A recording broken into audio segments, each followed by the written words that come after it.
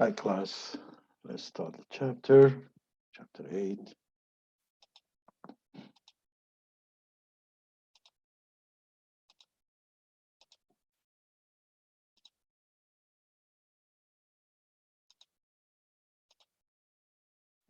Okay, this chapter we'll talk about human resource, managing human resource and labor relation.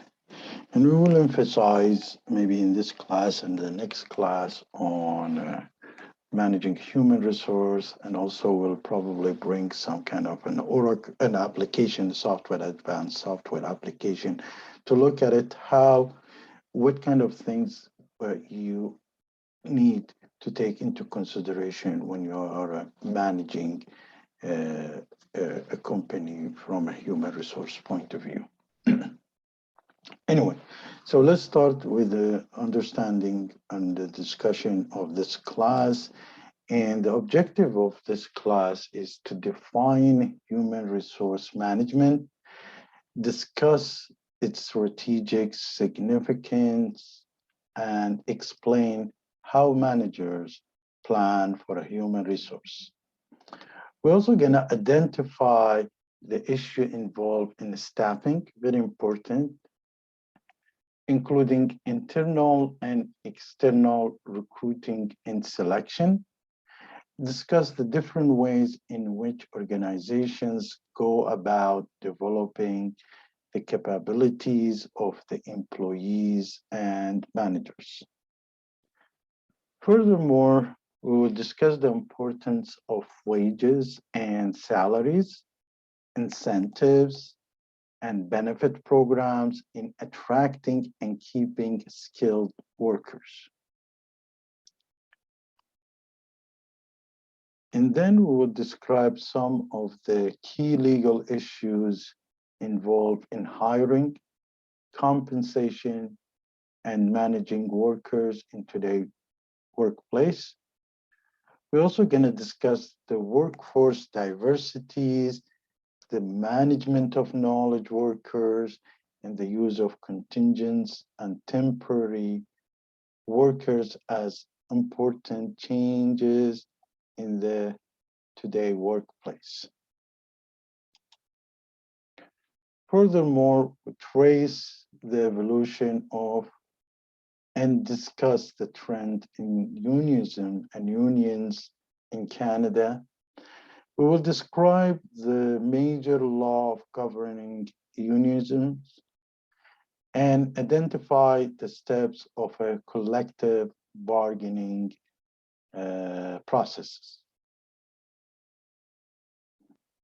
Now, within the human resource planning, what we do, we need to do a job analysis, and it's a detailed study of the duties of a specific job and the required qualification. So it's a specific job and the required qualification.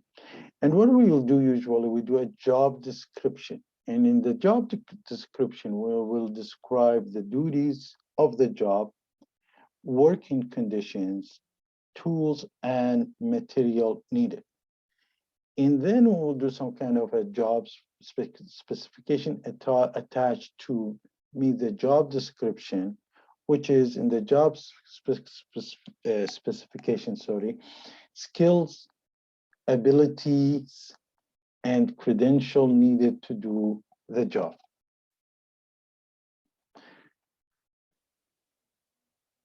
HR usually help in forecasting the demand and supply, or how we do the forecasting HR demand and supply.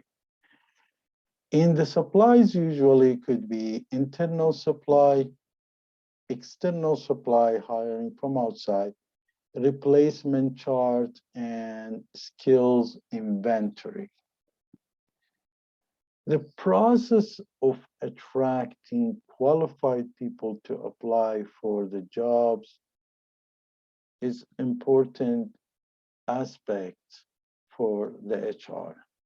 And that could be done through internal recruiting, external recruiting, or internship. So you see in the staffing the organization, like in the picture, that's in, I think in Russia, and also is available in, I've seen that in India, in the IT Green or IT Garden, something like that. They had some kind of the style of jobs, walk in and you get right away an interview. Here you see the students and recruiters talk face to face about jobs that are available and the characteristics and the training that application must have to secure a job. Now, selecting a human resource is we need to gather information that predicts the job success and hire best candidate.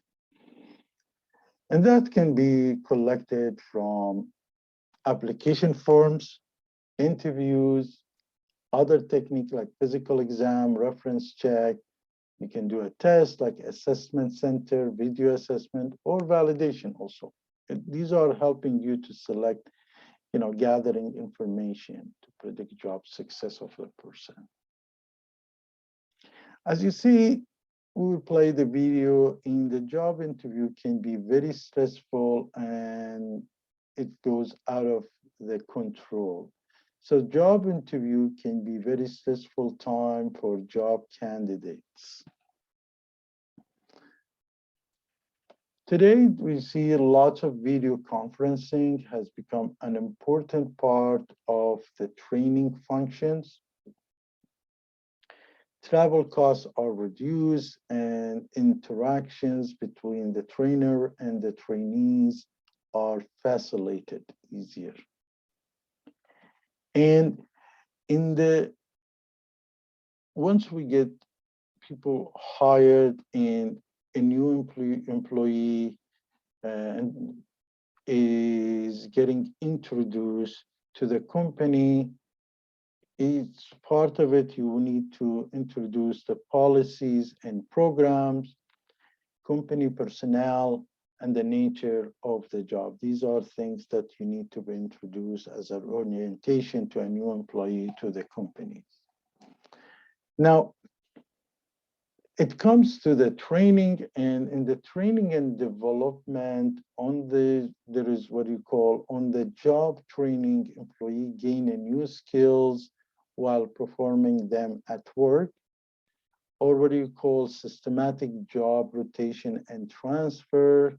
And this is part of the training and development.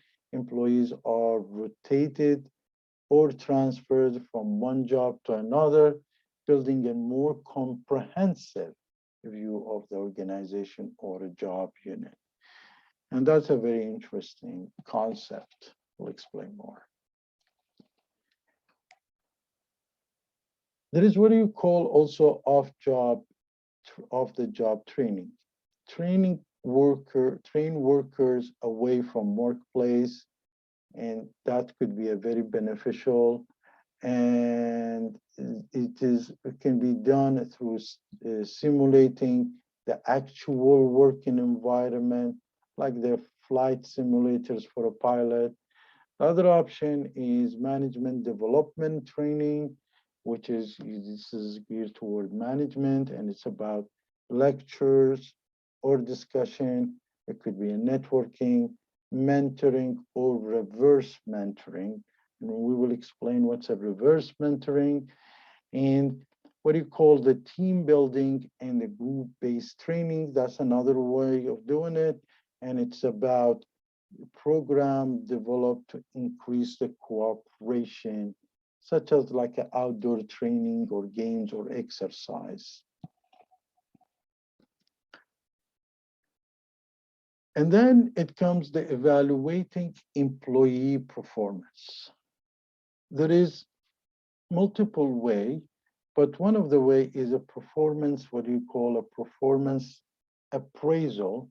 And it's a formal evaluation of employee, sorry, and usually done by the supervisor. Self-evaluation can be done, or customer feedback also. We saw that in Google also, they do that application. And then you have the performance feedback, which is needed to help to improve the performance. You give them the feedback to improve their performance. Often difficult to give a negative feedback. So it's sometimes we do, in general, they don't give all the negative feedbacks also. In this picture, so one of the way of creating some kind of an incentive plan. And you notice that this is a Blue Jays player. Individual incentives have been the big part of professional sports for many years. It's also been introduced in non-sport. But usually players receive a multi-million dollars annual compensation for outstanding individual compensation, performance, sorry. But to do an evaluation for employee, it can be done 360 degrees, and you get the feedback from everybody, from your coworkers, uh, your supervisors, and your subordinate. And you can get all these feedbacks from them. So that's what we call 360-degree feedback. Now, there is different methods for appraising, and we'll discuss the performance. We'll discuss that down chapters. But here you need to know that there is a ranking method and there is a rating method. And within the rating method, there is a graphic scales. And then you have within the ranking method, you have simple ranking method. And there is what you call the forced distribution method, which is a chi and the critical incident method.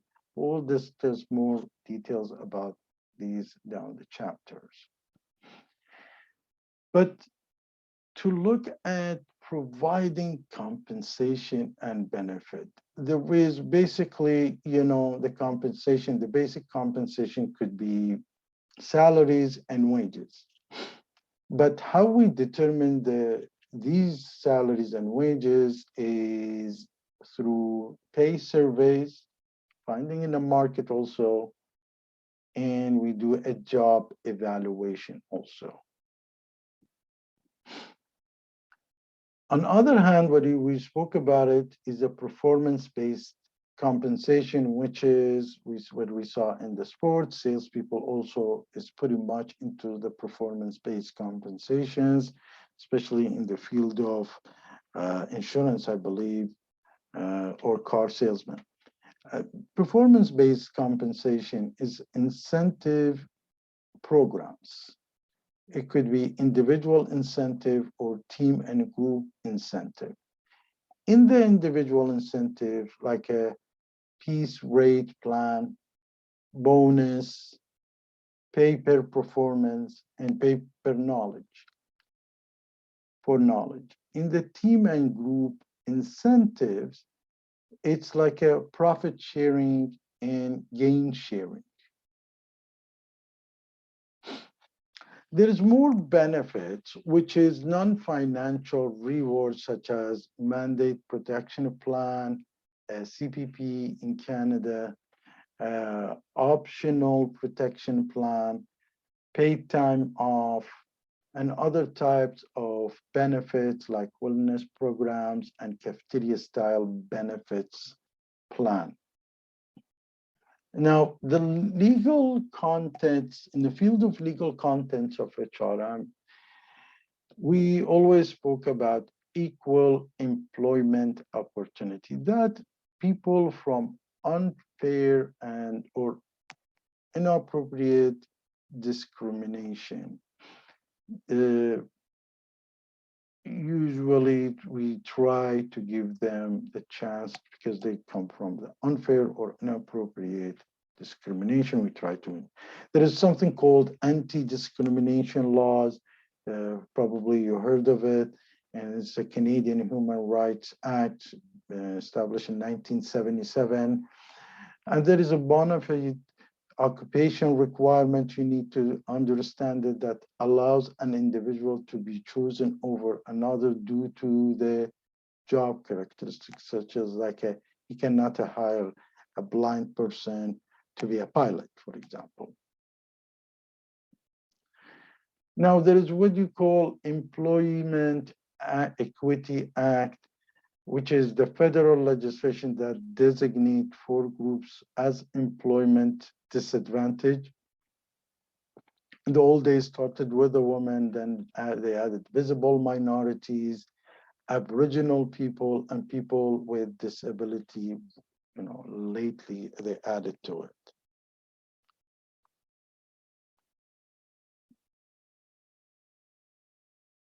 The issues is what's a comparable worth and how we define that.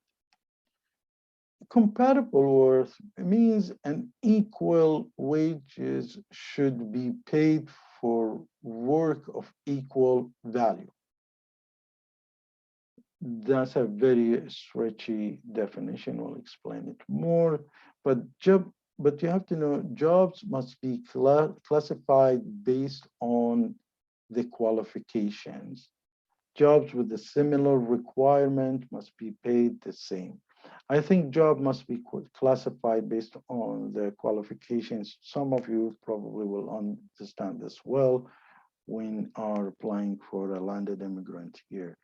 The critics that argue that such approaching ignore the supply and demand aspects of labors because sometimes there is a more demand and that's increased the salaries, the wages, the compensation often, and sometimes it's less and you need to decrease. It's just like the demand and supply aspect.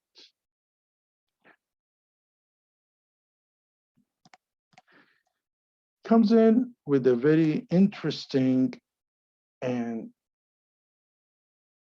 which is sexual harassment.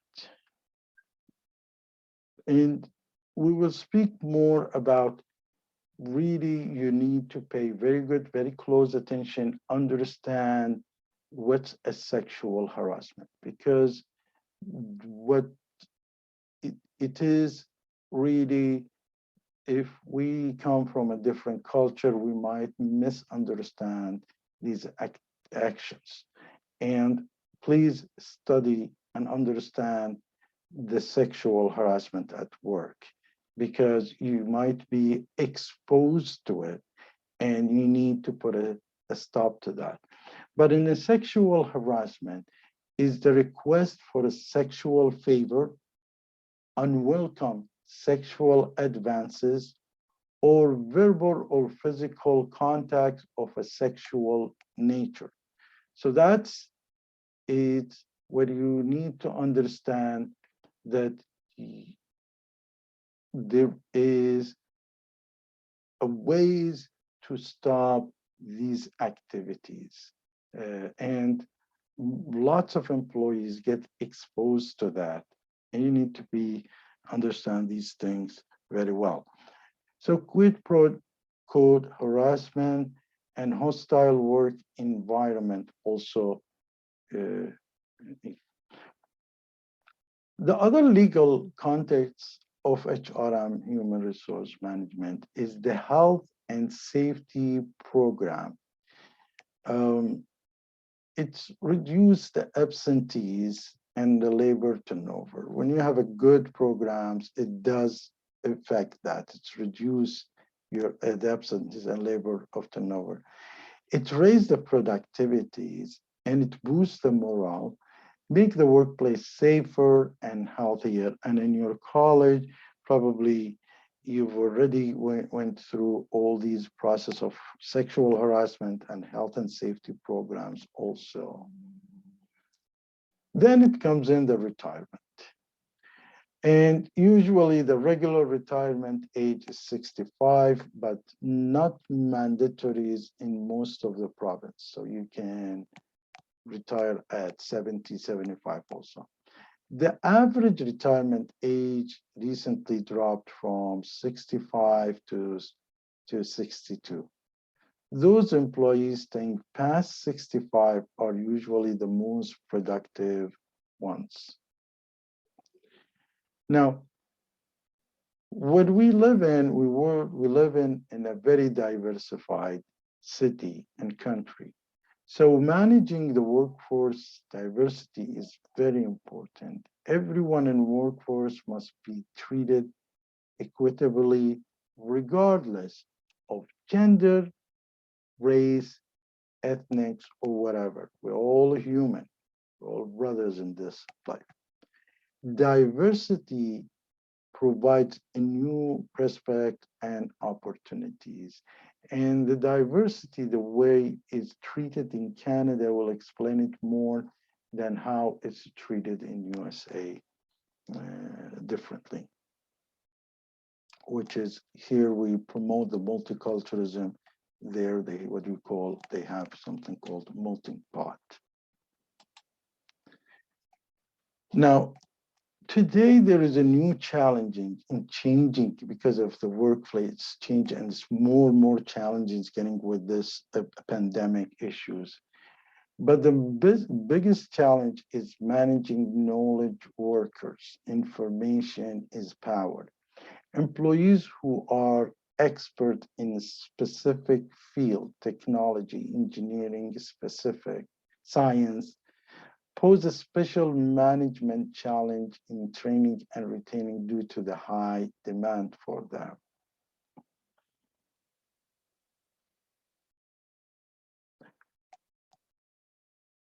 It's also other thing is managing the contingents working.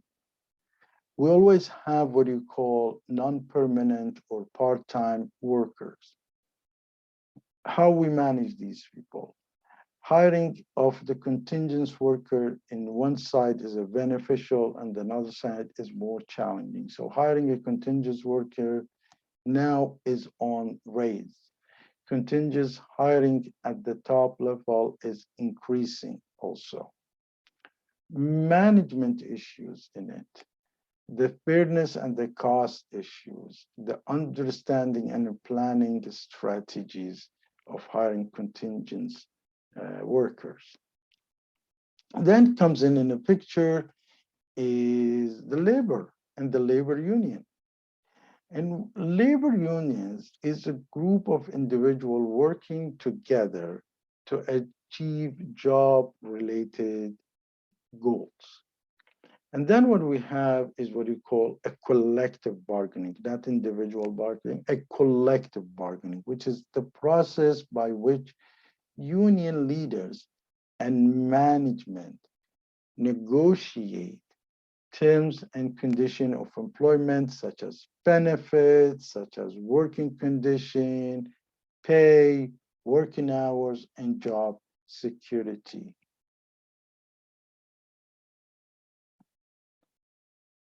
Today, the unionism is there is a difficulties in attracting, they're having a difficulties in attracting new employee members. Also, the challenges, and they have to deal with it, is the diversity in the workforce consists of non-traditional members of the union. And employers are engaging in more anti-union activities these days, including more employee-friendly workplace. So the unions responsibilities or protection is unions activity, it became less. Here's a sample of union activities and strikes and frozen things. But there is what you call always a union dealing with union management relations. And because of the declining in a smokestacks industry like manufacturing and moving a lot more in service, the deregulation and involving technology has changed this relationship between union and management. Union must cooperate with employers to ensure the survival of unions and companies. Unions today emphasize more on job security and gaining and maintaining benefits also. In Canada, there is a what you call a labor legislation for firm operating under federal parliamentary authorities. And it's about fair employment practice. It's about safety of employees. It's about standard hours, wages, vacations, holidays, and it's also industrial relation regulations. These labor codes vary from one province to another, but in general, they are pretty much similar, stances in the same. And then what you have is called certifying a union. Determining and seek government approval. So union needs to determine and seek a government approval, able to establish a bargaining unit, establish legislation, order, certification, vote also. Employees may decide to on a decertification vote to terminate union rights to represent them too. But while you're working in companies, you will hear these terminologies, and something is called a closed shop, which is an employer can hire only union members. We have what you call a union shop, which is an employer can hire non-unionized workers, but they must join a union within a certain period of time. And then you have agency shop, which is all employees might pay dues, but they are not required to join the union.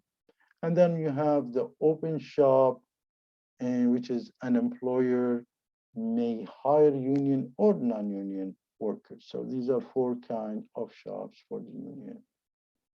But what's happening here is basically the collective bargaining that from unions, the benefit that comes with it. With the collective bargaining is basically there is a union demand, there is a union expectation, and there is union minimum limit. And then the other side, you will have the employer maximum limit, the employer expectations, and the employer's desire result. And that's where the bargaining zone is happening on that.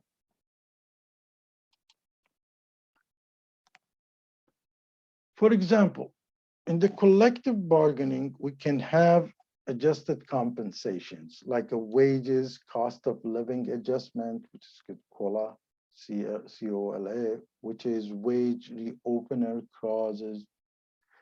We also can have different more benefits like insurance, retirement benefit, pension, working condition better, and the rest, job security, union managed through the collective bargaining, and other things like working hours, overtime policies, and grievance procedures also.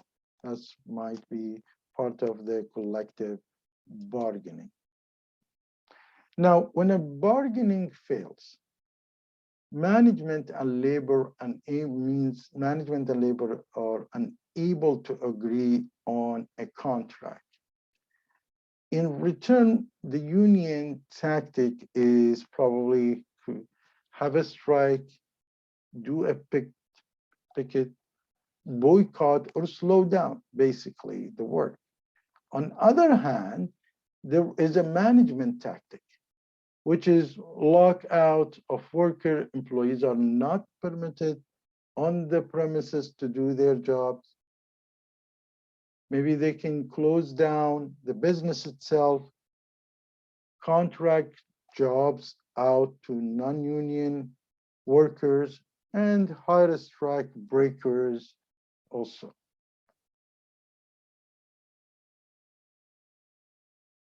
Between the unions and employers, there is could be a third party involved, and that consultation, which is a natural third party, help to two sides clarify the issue. Or you can have a mediations, which is a natural third party hears arguments of the both sides and make a suggested resolution. But this resolution has no legal authority to enforce the recommendation. And then you might be seeing that arbitrations, which is done in lots of contracts, most all of the contract, there is a clause for arbitration. But here in this case, arbitration means appoint a third party to advise and impose a solution, and has a legal authority to do so, may be voluntary or compulsory. Now let's review and think about it.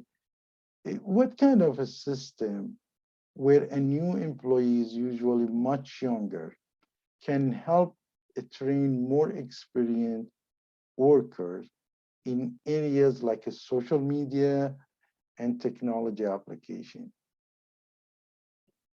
What's your answer?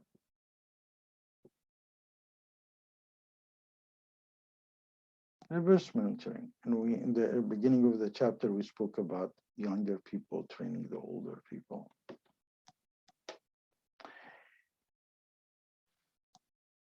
Highlight the employee's particular good and bad performance to help the guide the employee toward continued positive effort, or to indicate the required areas of improvement. Which one is that? The critical incident method, 360-degree feedback method, simple graphic rating method, or a graphic rating scales method? Which one you think? The critical incident method, and we spoke about it and we said might be negative feedback can affect employees also. One of the newest form of performance appraisal is called, because it encourages the feedback from managers, subordinate, and coworkers. That's pretty clear. We saw it in a graph. Which one do you think? Is it environment review, emotional intelligent inventories, 360 feedback, or cognitive aspect assessment? Which one do you think? 360-degree feedback. Now, the Blue Sky Airlines will not employ visually impaired applications or applicant when they selecting a pilot. This is permit without appearing discriminatories, and there is no discrimination. Because of which act? Is it because the bona fide occupational requirement? Is it because of Human Rights Act, or C, duties of accommodated, or Employment Equity Act? I think that's an easy one, but I'll wait for you to answer it. Bona fide occupational act. We said if he's blind, cannot fly a plane. Now, is the use of the natural third party to encourage the labor and management to continue negotiation in a good faith in effort of settling a dispute and reach a mutual accepting agreement? Which one you think is that? Arbitration, mediation, grievance options, or a strike mandate? And that's in a good faith. Your answer? Mediation. Yeah. Thank you very much.